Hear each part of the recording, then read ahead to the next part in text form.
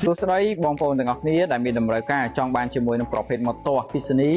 ដែលផ្ដល់ភាពសន្សំសំចៃសម្រាប់គ្រួសារដែលមានរូបរាងស្អាតកាលិបស៊េរីឆ្នាំ2026ជាមួយនឹងការ design រូបរាងបែបប្លែករូបរាងថ្មីរបស់ brand King Kong 9 បាននាំចូលមកជាមួយនឹងសមាជិកដែលមានលេខកូដឈ្មោះថា GT7 សម្រាប់លេខកូដ GT7 នេះគឺយើងបានបំពាក់ជាមួយនឹងរូបរាងដ៏ធំប៉ុន្តែមានការ design សម្រាប់បុរសនិងនារីមិនថាក្មេងមិនថាចាស់គឺអាចជិះបានគ្រប់វ័យតែម្ដងដែលមានជម្រើសច្រើនពណ៌សម្រាប់បងប្អូនទាំងអស់គ្នានៅក្នុងនឹងបានបំពាក់មកជាមួយនឹងទំហំអាគុយដ៏ធំជាមួយនឹងកម្លាំងម៉ូទ័រដ៏ធំដូចគ្នាផងដែរតោះឥឡូវនេះចូលរួមទស្សនាជាមួយនឹងការ review លម្អិតជាមួយនឹង GT7 របស់ក្រុមហ៊ុន King Kong 9 ប្រចាំនៅក្នុងស្រុកខ្មែររបស់យើងដែលមានការនាំចូលមកថ្មីជាមួយនឹងជម្រើសច្រើនពណ៌ជូនទៅកាន់បងប្អូនទាំងអស់គ្នាផងដែរបងប្អូនចាប់ដើមដំបូងឡើយគឺខ្ញុំចង់បង្ហាញពាក់ព័ន្ធជាមួយនឹងប្រព័ន្ធភ្លើងជូនទៅកាន់បងប្អូនទាំងអស់គ្នាតែម្ដងសម្រាប់ផ្នែកខាងមុខគឺយើងបានបំពាក់មកជាមួយនឹងប្រភេទភ្លើងគុជ LED ចំនួនរហូតដល់3គ្រាប់ដើម្បីធ្វើការបំភ្លឺផ្លូវជូនទៅកាន់បងប្អូនទាំងអស់គ្នាផងដែរដែលជាប្រភេទភ្លើងគុជពណ៌សងាយស្រួលក្នុងការបំភ្លឺផ្លូវមិនថាពេលយប់ឬក៏ពេលភ្លៀងគឺអាចមើលផ្លូវឃើញច្បាស់ហើយយើងបន្ថែមជូនជាមួយនឹងប្រភេទភ្លើង spotlight មួយឡាញកាត់ខាងមុខ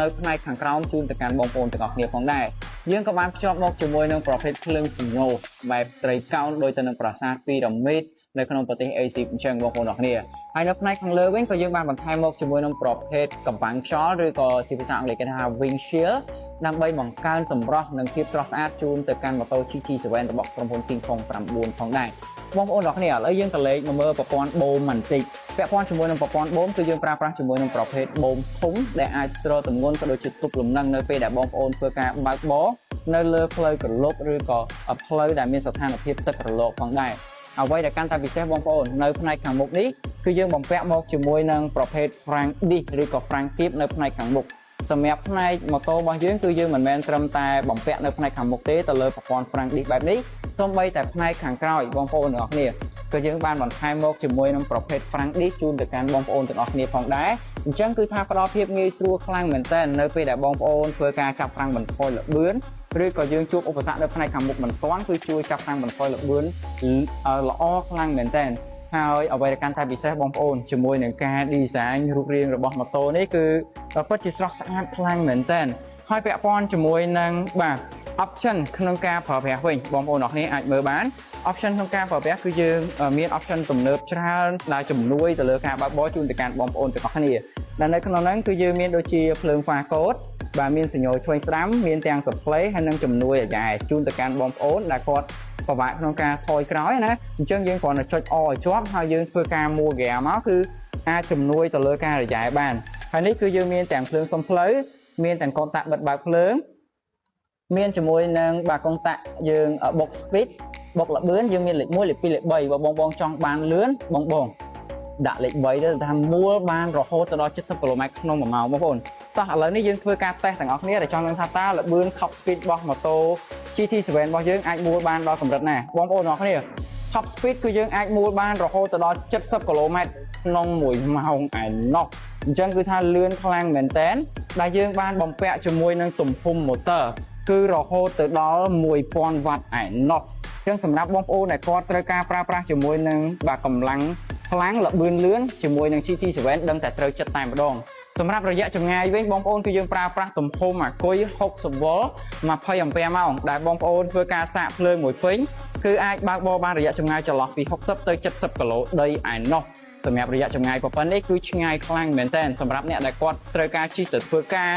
បាទជិះទៅសាលារៀនជូនកូនទៅសាលាជិះទៅផ្សារឬក៏ជិះជាមធ្យោបាយធ្វើដំណើរផ្សេងបងប្អូនដឹងតែត្រូវចិត្តតែម្ដងឥឡូវយើងក៏លេខមកមើលផ្នែកខាងក្រោយបន្តិចបងប្អូនសម្រាប់ការ design នៅផ្នែកខាងក្រោយនេះគឺពិតជាស្រស់ស្អាតកាន់តែស្អាតខ្លាំងមែនតែម្ដងជាមួយនឹងការលេងភ្លើងស្តុបនៅផ្នែកខាងក្រោយបាទជាលក្ខណៈបែបបញ្ឈរចុះតែម្ដងភ្ជាប់មកជាមួយនឹងសញ្ញោនៅផ្នែកខាងក្រោយដូចគ្នាផងដែរ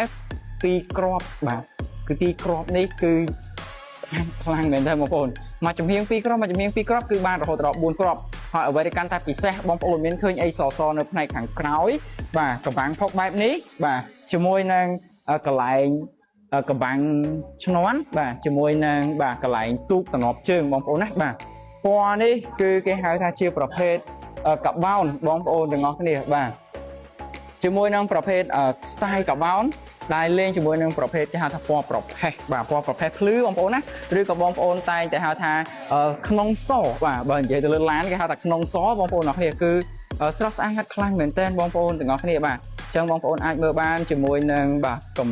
កម្រិតនៃការ live ពណ៌របស់ក្រុមហ៊ុន King Kong 9និយាយចេញមកបងប្អូនអាចមើលបានណាជាមួយនឹងកម្រិតបាទ style គេហៅថា style កបោនបងប្អូនទាំងអស់គ្នាគឺពិតជាស្រស់ស្អាតខ្លាំងមែនទែនមកកាត់ផ្នែកខាងតំណប់ជើងនេះគឺថាស្អាតខ្លាំងមែនតើបាទយើងឡាយជាមួយនឹងផ្នែកខាងក្រោយជាមួយនឹងកបាំងផុកបាទផ្នែកខាងក្រោយអញ្ចឹងបងប្អូនអាចមើលបានជាមួយនឹងការ design ចេញមកគឺថាស្អាតនិងប្រណិតភាពជូនទៅកាន់បងប្អូនទាំងអស់គ្នាខ្លាំងមែនតើ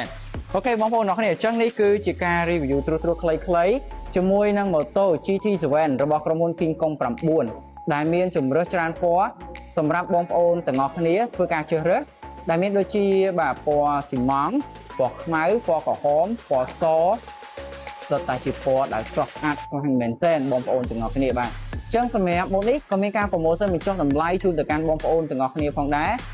ដែលតម្លៃជូនទៅកាន់បងប្អូនទាំងអស់គ្នាគឺក្រោម$1000 Special Price មែនទែនបងប្អូនទាំងអស់គ្នាដែលមានការធានាជូនពីក្រុមហ៊ុន King Kong 9ប្រចាំនៅក្នុងស្រុកខ្មែររបស់យើងនេះរហូតដល់រយៈពេល2ឆ្នាំឯណោះបងប្អូនស្រឡាញ់ចាប់អារម្មណ៍ចង់បានអាចធ្វើការទំនាក់ទំនងបាទឆាតចូល Page ក្នុងពេលឥឡូវនេះគឺមានតម្លៃពិសេសជូនហើយមានការបន្ថែមជូនកាដូជូនទៅកាន់បងប្អូនទាំងអស់គ្នាផងដែរ